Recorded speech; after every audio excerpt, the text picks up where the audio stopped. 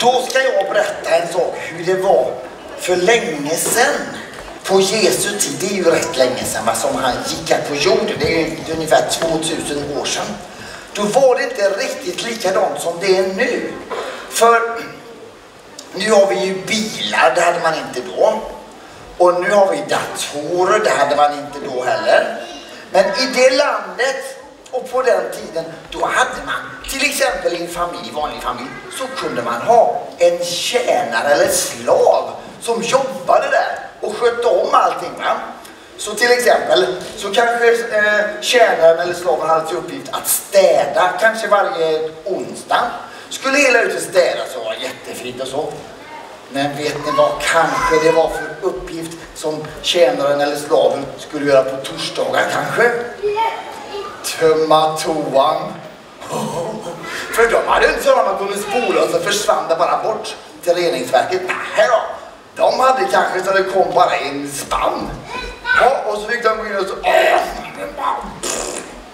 Ta den. Vad har den gjort här i?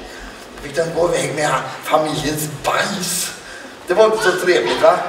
Men det fick de göra, tjänarna. Och de fick handla mat. Hoppas de inte gjorde det samma resa. Liksom tömde bajs och handlade mat samma dag. Det hoppas jag inte. Men det var massa sådana saker som de fick göra. Och om det skulle vara kalas i familjen, då kunde det vara så här kanske. Att då fick ju tjänaren handla maten, kanske skriva inbjudningskort och göra alla sådana saker.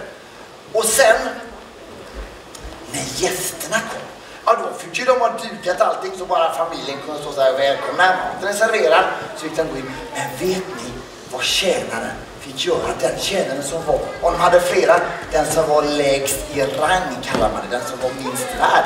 Att det var lika mycket värde egentligen. Men den fick göra en sak. När gästerna kom in fick de kanske sätta sig så här. Och så fick tjänaren komma fram, lägga sig ner i fötterna och ta av de svettiga sandalerna och ta av, kanske om de hade strumpor, det vet jag inte, det luktar fotsvett. Så låg de här nere och så skulle de tvätta fötterna på alla gästerna.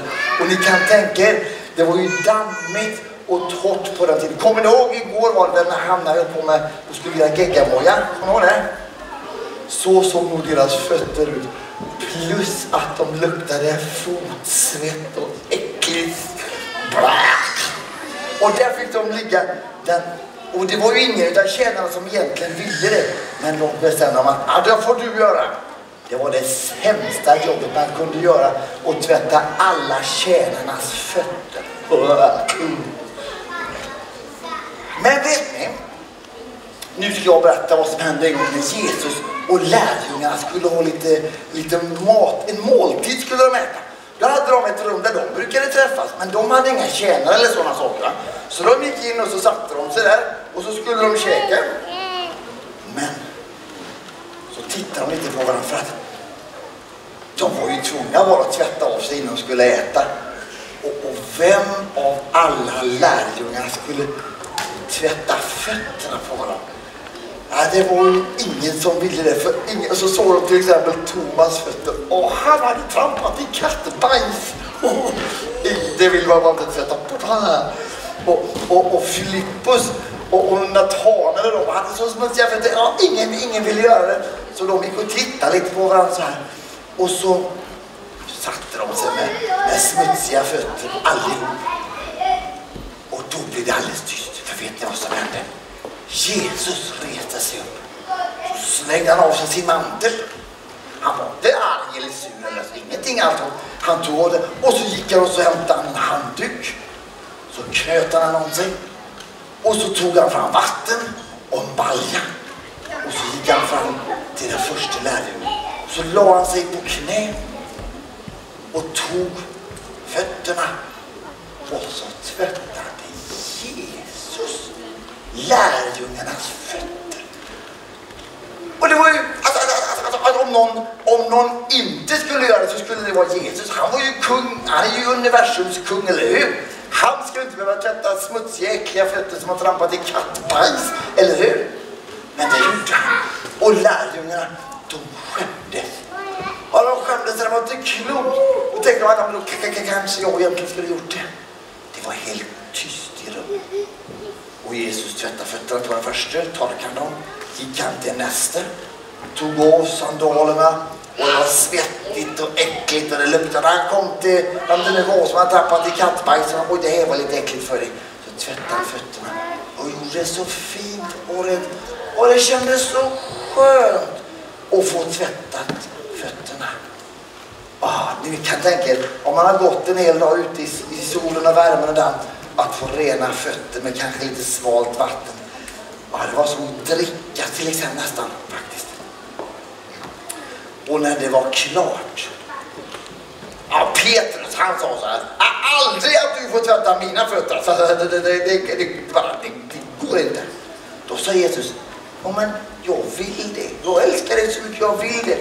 Och jag vill att vi ska höra ihop liksom, sa Jesus. Men då, i så fall får du tvätta hela mig. Nej, det räcker med fötterna, sa Jesus. Så tvättade han fötterna på honom också. Och sen tvättade han fötterna på allihop. Och nu ska ni få höra vad det står i Bibeln här. Och då måste jag få mina läsglasögon här så att jag läser rätt. Läsarglasögonen. Jag ska dra i det vita snöret här.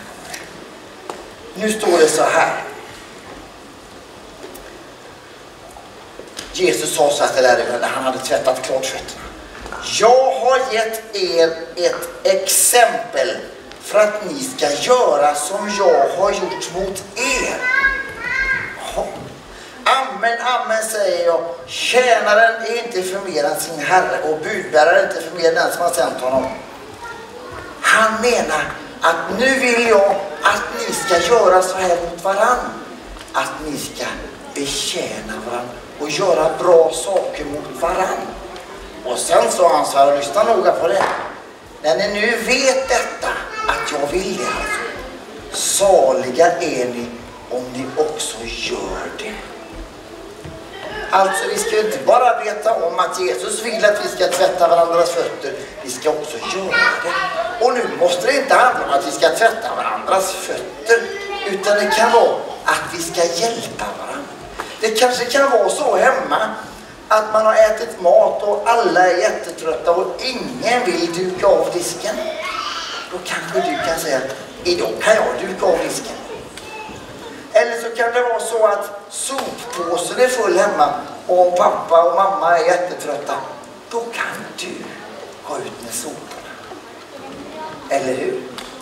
Eller det kan vara någon kompis i skolan som är ensam. Då kan du vara med den. Så ska vi tjäna varandra och göra bra saker mot varandra. För det vill Jesus att vi ska göra. Visst är det bra?